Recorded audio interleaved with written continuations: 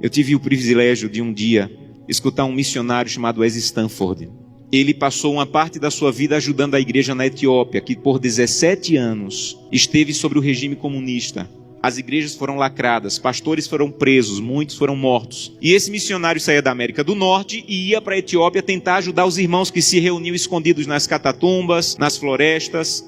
E um dia ele foi na cidade de Sodo, uma cidade no sul da Etiópia, e conheceu um pastor chamado Tadessa Asai. Um homem de Deus que tinha uma especialidade. A especialidade do pastor Tadessa era pregar nos funerais. Onde tinha um funeral, o pastor ia. Então, quando a polícia sabia onde tinha funeral, ia lá porque o pastor estava pregando, pegava o pastor, prendia o pastor, espancava o pastor, soltava o pastor e ele voltava a pregar. E um dia a polícia ficou com tanta raiva que disse assim: nós não vamos mais soltar o pastor Tadessa, ele vai ficar preso agora. E ele pensou: já que eu vou ficar preso, vou pregar na prisão. E levou 22 a Jesus Cristo dentro da prisão. E a polícia disse: não vamos mais soltar o pastor Tadessa, nem vamos mais deixar ele preso, nós vamos matar o pastor Tadessa eletrocutado, para servir de testemunho para que ninguém mais queira seguir Jesus. E anunciaram na cidade: amanhã, às 9 horas da manhã, o pastor Tadessa vai morrer eletrocutado. Mas eles não tinham cadeira elétrica. E eles chamaram as pessoas para o centro da cidade, para a praça da cidade, pegaram os fios desencapados, amarraram o pastor Tadessa, uma multidão veio assistir, deram 1 minuto para o pastor Tadessa orar, começaram um discurso contra o cristianismo, puxaram a chave para a corrente elétrica passar e matar o pastor. Houve uma explosão, fumaça e faísca para todo lado, a corrente elétrica não chegou e o pastor não morreu. Desamarraram o pastor e disseram: vão para casa, um eletricista vai consertar a gambiarra e amanhã nessa mesma hora o pastor Tadessa morre. E o pastor Tadessa pensou: já que eu vou morrer amanhã, vou passar a noite em oração. E voltou para a cadeia e passou a noite em oração. No outro dia, a mesma coisa.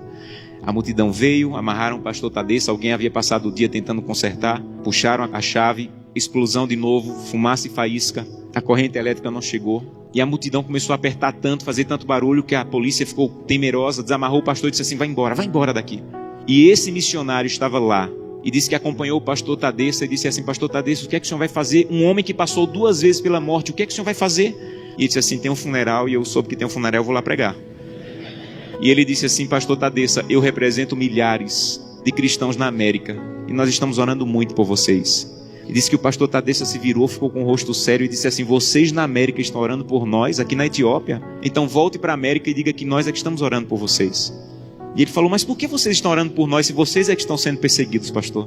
E ele falou: irmão, ninguém na Etiópia acorda sem pensar, nenhum cristão na Etiópia acorda sem pensar: hoje pode ser meu último dia de vida. Pode ser que hoje seja descoberto e seja preso e morto. Então, como nós não sabemos se esse é o último dia de vida, todo cristão na Etiópia passa o dia em oração. Não importa o que nós façamos durante o dia, passamos o dia em oração. Mas eu soube que as coisas vão muito bem na América e que tem cristão na América que consegue passar o dia inteiro sem orar. É verdade que tem cristão na América que consegue passar o dia inteiro sem orar? E ele disse assim: é verdade. Ele falou: você sabe que é proibido se reunir, mas nós precisamos tanto do corpo de Cristo que mesmo sendo proibido, nós nos encontramos escondidos à noite, no escuro, na floresta, nos cemitérios, porque nós precisamos do corpo de Cristo. Mas eu soube que vocês têm igreja na América em todas as esquinas, e vocês podem entrar na igreja a hora que quiserem, que a polícia não vai entrar para espancar vocês. Mas eu soube que na América, no dia de culto, tem cristãos que ao invés de ir para a igreja, ficam em casa assistindo. É verdade que no dia de culto vocês podem ir a hora que quiserem, e vocês não vão, vocês ficam assistindo. É verdade que isso acontece na América, irmão? Ele disse assim: é verdade. E ele disse assim: missionário, a minha congregação tinha apenas uma Bíblia, e eu fiquei com medo de ser preso e minha Bíblia ser queimada. Então reuni minha congregação e com lágrimas nos olhos eu disse: irmão, eu não tenho como guardar a Bíblia, é o que nós temos de mais precioso. Se eu for preso, ela vai ser destruída. Então eu comecei a rasgar as páginas da Bíblia e comecei a dividir para cada pessoa. Era mais fácil guardar porções da Bíblia do que uma Bíblia inteira com uma pessoa só.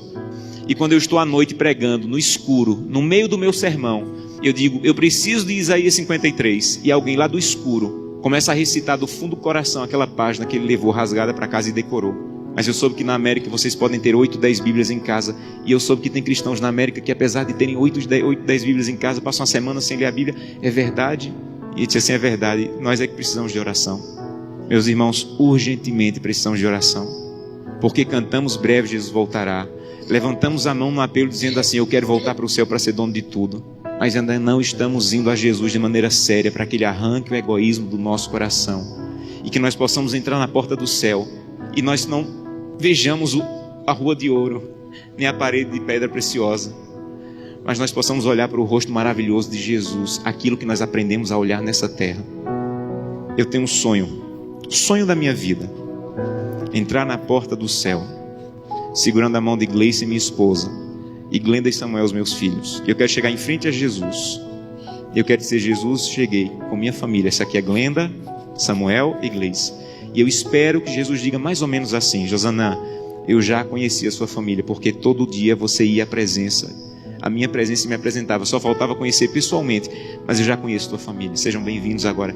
Um prazer conhecê-los pessoalmente. Eu não quero ser pastor dessa igreja. Eu quero ir para o céu. E isso é mais profundo. Eu não quero abrir o inário e dizer assim: breve Jesus voltará. Eu quero estar lá. Isso é mais profundo. Por isso eu preciso fazer com que o que eu como, o que eu vejo, o que eu acesso, o que eu ouço, a maneira como eu uso o meu dinheiro esteja de acordo com a vontade de Deus. Porque os que serão salvos não amam a própria vida. Que Deus te abençoe de maneira profunda, para que o primeiro fruto da fidelidade, a transformação do teu caráter, esteja de maneira real acontecendo em tua vida.